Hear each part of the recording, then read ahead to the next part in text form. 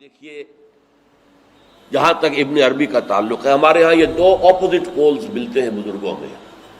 ایک انتہا پر ابن تیمیہ ہے رحمۃ اللہ علیہ، جن کے بارے میں نے آپ کو بتایا کہ انہوں نے اس طرح سمجھا ہے، اس طرح اترتا ہے اللہ جیسے میں یہ ممبر سے اتر رہا ہوں، یہ زیادتی ہے۔ لیکن بہرحال ایک فکر ہے، ایک سوچ ہے۔ قرآن اور حدیث کے بہت بڑے عالم تھے، بہت بڑے عالم، بہت بڑے عالم۔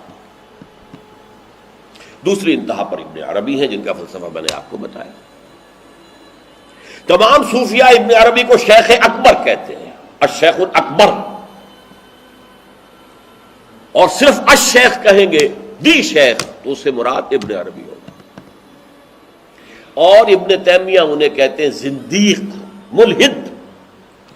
یہ دو انتہائیں ہیں۔ ہمارے ہاں جو عام طور پر اہل حدیث حضرات ہیں وہ ابن تیمیہ کے فالوورز ہیں ان عقائد میں۔ ان کے ہاں تصور کیا ہے؟ اللہ تعالیٰ ہر جگہ اگر ہے تو صفاتی اعتبار سے، ذاتی اعتبار سے نہیں۔ وہ تو اپنی جگہ عرش پر ہے، ساتویں آسمان کے اوپر عرش ہے، عرش کے اوپر کرسی ہے، کرسی پر وہ ہے۔ اب اس میں ایک طرح کی تجسیم بھی آ گئی، محدودیت بھی آ گئی۔ اس کائنات میں تو اللہ ہے ہی نہیں، تو پھر اللہ محدود ہو گیا نا، وہ تو کسی خاص جگہ پر ہو گیا نا۔ ایک تصور یہ ہے، اور عام آدمی یہ بھی سمجھے تو ٹھیک ہے، اسے یہ معلوم رہے کہ اللہ ہی رازق ہے، اللہ ہی خالق ہے، اللہ ہی مصیبت سے نجات دلانے والا ہے، اللہ ہی مشکل کشا ہے، اللہ ہی حاجت روا ہے، اللہ ہی، یہ بس اسے معلوم ہو، توحید مکمل ہو گئی۔ لیکن فلسفہ کچھ اور شے ہے، فلسفہ کچھ اور سوالات پیدا کرتا ہے۔ جیسے میں نے کہا ہے صفات ذات حق، حق سے جدا یا عین ذات۔ اب یہ فلسفہ ہے۔ صفات باری تعالی اگر قدیم ہے صفات، تو یہ غصہ، یہ تو قدیم نہیں ہو سکتا۔ غصہ تو کسی کام پر آیا، خوشی تو کسی کام پر ہوئی، یہ قدیم کیسے ہوگا؟ تو عین یا غیر، لا عین ولا غیر، اور جس کی میں تعبیر کرتا ہوں کہ من وجہ عین ذات ومن وجہ آخر غیر ذات۔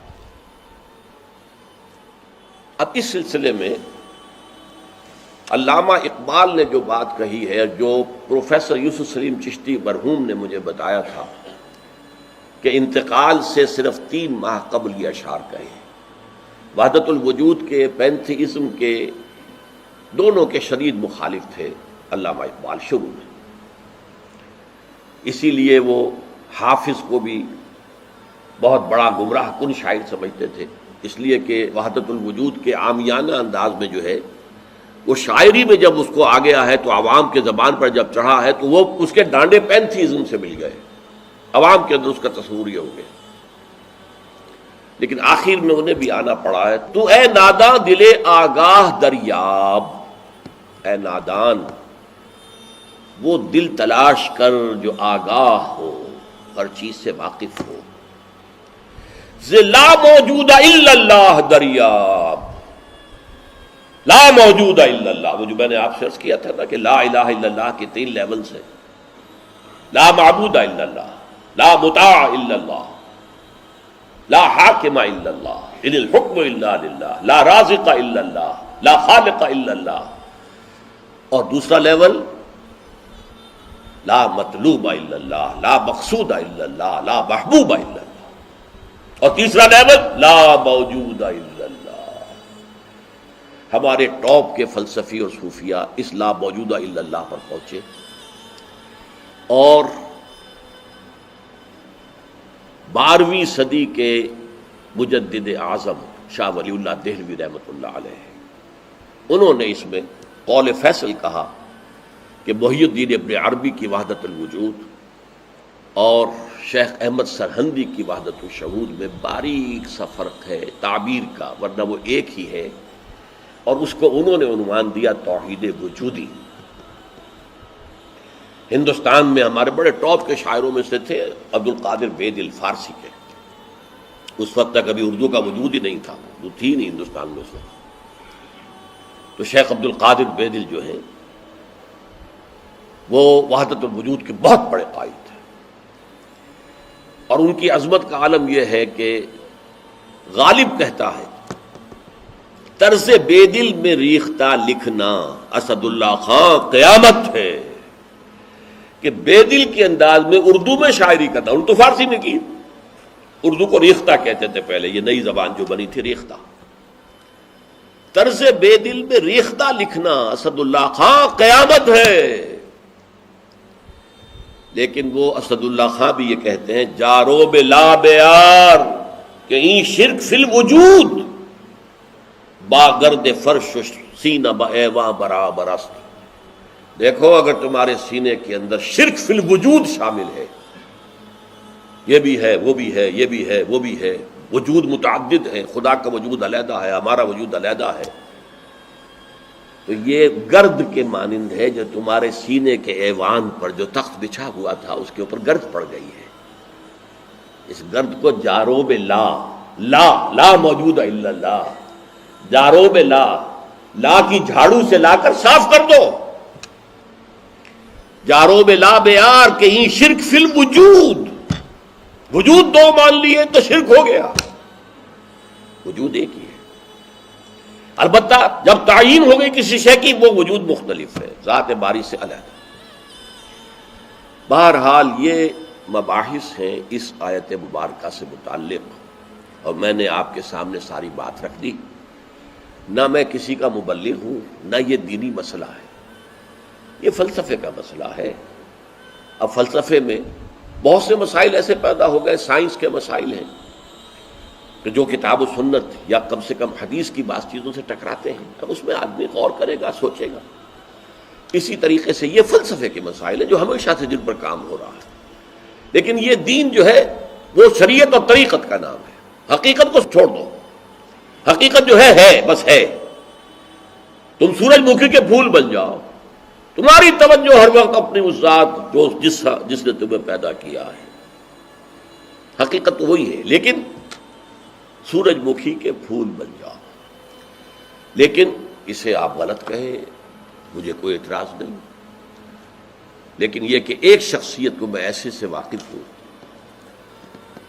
جو اہل حدیث بھی کٹر تھے اور صوفی بھی بڑے تھے۔ یہ جو ہمارے ہاں مشہور ہے غزنوی خاندان، مولانا عبداللہ غزنوی آئے تھے اور وہ اپنے تصوف کی بعض آراء کی وجہ سے اور بعض اپنی اہل حدیثیت کی آراء کی وجہ سے افغانستان سے نکال دیے گئے تھے، غزنی سے نکال دیے گئے، تو امرتسر میں آ کر آباد ہوئے۔ ان کی اولاد ہے یہ غزنوی خاندان۔ ان میں مولانا داؤد غزنوی رحمۃ اللہ علیہ سے میرا بڑا قرب رہا ہے۔ ان کے پھر بیٹے تھے ابو بکر غزنوی، وہ معروف ہیں، کافی لوگ ان سے واقف ہوں گے۔ داؤد غزنوی رحمۃ اللہ علیہ یہ دو متضاد چیزوں کا مجموعہ تھے، تصوف بھی اور اہل حدیثیت بھی۔ عام طور پر اہل حدیث کی ساری توجہ ظاہر پر رہتی ہے، وہ باطن میں جھانکتے ہی نہیں، اندر نہیں جاتے، فلسفے سے کوئی تعلق ہی نہیں۔ لیکن فلسفہ اور تصوف یہ جڑے ہوئے آپس میں جولی دامن کے ساتھ۔ انہوں نے ایک دفعہ منٹگمری میں جو اب ساہیوال کہلاتا آ کر تقریر کی، اہل حدیث مسجد تھی، میں بھی گیا ہوا تھا سننے کے لیے۔ انہوں نے وہ اہل حدیث نوجوانوں سے کہہ رہے تھے کہ دیکھو تم اپنے مسلک پر قائم رہو، ہم غیر مقلد ہیں، ہم کسی کے مقلد نہیں ہیں، نہ ابو حنیفہ کے نہ مالک کے، لیکن کبھی بھی ان ائمہ کی توہین نہ کرنا۔ یہ ہمارے عام نوجوان جو کہتے ہیں ابو حنیفہ کو کیا پتا تھا، ابو حنیفہ کے پاس تو علم ہی نہیں تھا، ابو حنیفہ تو جو ہے علم حدیث میں کورے، یہ توہین کے الفاظ کبھی استعمال نہ کریں۔ اچھا، اس وعظ کے ساتھ انہوں نے مثال دی کہ دیکھیے شیخ محی الدین ابن عربی رحمۃ اللہ علیہ کے سب سے بڑے مخالف شیخ احمد سرہندی رحمۃ اللہ علیہ تھے، دونوں کے لیے رحمۃ اللہ علیہ کہا۔ میں حیران ہو گیا، یہ وہابی آدمی، کٹر وہابی اہل حدیث، اور یہ شیخ ابن عربی رحمۃ اللہ علیہ کہہ رہا۔ خیر میرے دل پر بھی اثر ہوا کہ بڑی وسعت ہے ان کے فکر و نظر میں۔ میری اہلیہ کے چچا تھے، ان کے ایک بیٹے، سب سے چھوٹے بیٹے یہاں مجمع میں موجود بھی ہیں، شیخ فضل الرحمان مرحوم۔ ان کے بہت گہرے تعلقات تھے یہ جو خاندان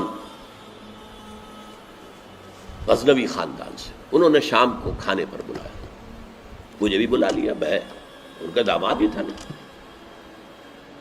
تو وہاں میں نے کہا کہ حضرت آپ نے شیخ ابن عربی کے ساتھ رحمت اللہ علیہ کے الفاظ استعمال کیے،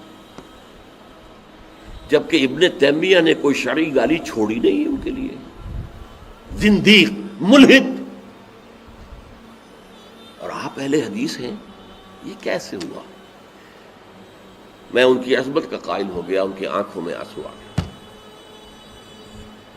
کہنے لگے ڈاکٹر صاحب یہ دونوں ہمارے بزرگ ہیں، ہم خرد ہیں، آپس کے اختلافات وہ جانے، ہم چھوٹے ہیں، خرد ہیں، خرد رہنے ہی میں عافیت سمجھتے ہیں، ہمارے لیے دونوں محترم ہیں. اور مسجد میں انہوں نے ایک مثال بیان کی تھی کہ شیخ احمد سرہندی رحمۃ اللہ علیہ نے شیخ ابن عربی کے بارے میں اپنے مکتوبات میں لکھا ہے، ما ذل بردار خان ایشانم لیکن چکنم معاملہ صفات باری تعالی است، کہ ہم شیخ ابن عربی کے دسترخوان کے جھوٹے ٹکڑے کھانے والوں میں سے ہیں. کون کہہ رہا ہے؟ مجدد الفسانی کہہ رہا ہے. ما ذل بردار خان ایشانم، ان کے دسترخوان کے سوکھے جوڑے ہوئے جھوٹے ٹکڑے کھانے والوں میں سے ہم ہیں.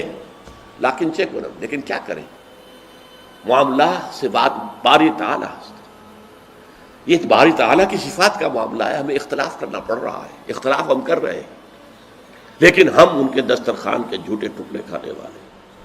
یہ کہہ رہے ہیں شیخ احمد سرہندی رحمۃ اللہ علیہ، جن کے بارے میں مشہور ہے کہ ابن عربی کا یا تو مخالف اول ابن تیمیہ رحمۃ اللہ علیہ، اور یا پھر مخالف دوم جس نے جوابی فلسفہ پیدا کیا وہ شیخ احمد سرہندی رحمۃ اللہ علیہ.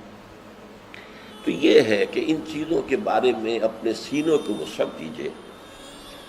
آپ ابن عربی کی بات کو چھوڑ دیجیے، پھینک دیجیے، لیکن توہین نہ کیجیے، اس کو خام خواہ کفر سے تعبیر نہ کیجیے. یہ چیزیں جو ہیں، اور پھر ہمارے سارے صوفیہ جو اس کے قائل ہیں، پھر ان سے بدزنی ہو گئی. میں صرف اس لیے کہ وہ بدزنی اور دلی نفرت کا معاملہ ختم ہو جائے، میں یہ ساری بحث اس لیے کیا کرتا ہوں، ورنہ میرے عام دروس میں ان مسائل پر گفتگو نہیں ہوتی. بڑے گہرے مسائل ہیں اور ان کا سمجھنا عام لوگوں کے لیے ممکن بھی نہیں ہے، بلکہ عام آدمی کے، یہ جس کو کہتے ہیں نا ہوشدار کے رہ بردب تیغست قدم را، ہوشیار رہ جاؤ، یہ تم جو چل رہے ہو یہ تلوار کی دھار کی طرح کا راستہ ہے، کاٹ کے رکھ دے گا تمہیں. جیسے ہم کہتے ہیں پل صراط جو ہے وہ بال سے زیادہ باریک ہوگا اور تلوار کی دھار سے زیادہ تیز ہوگا، جس پر سے گزرنا ہے قیامت میں. یہ کہاوت ہے.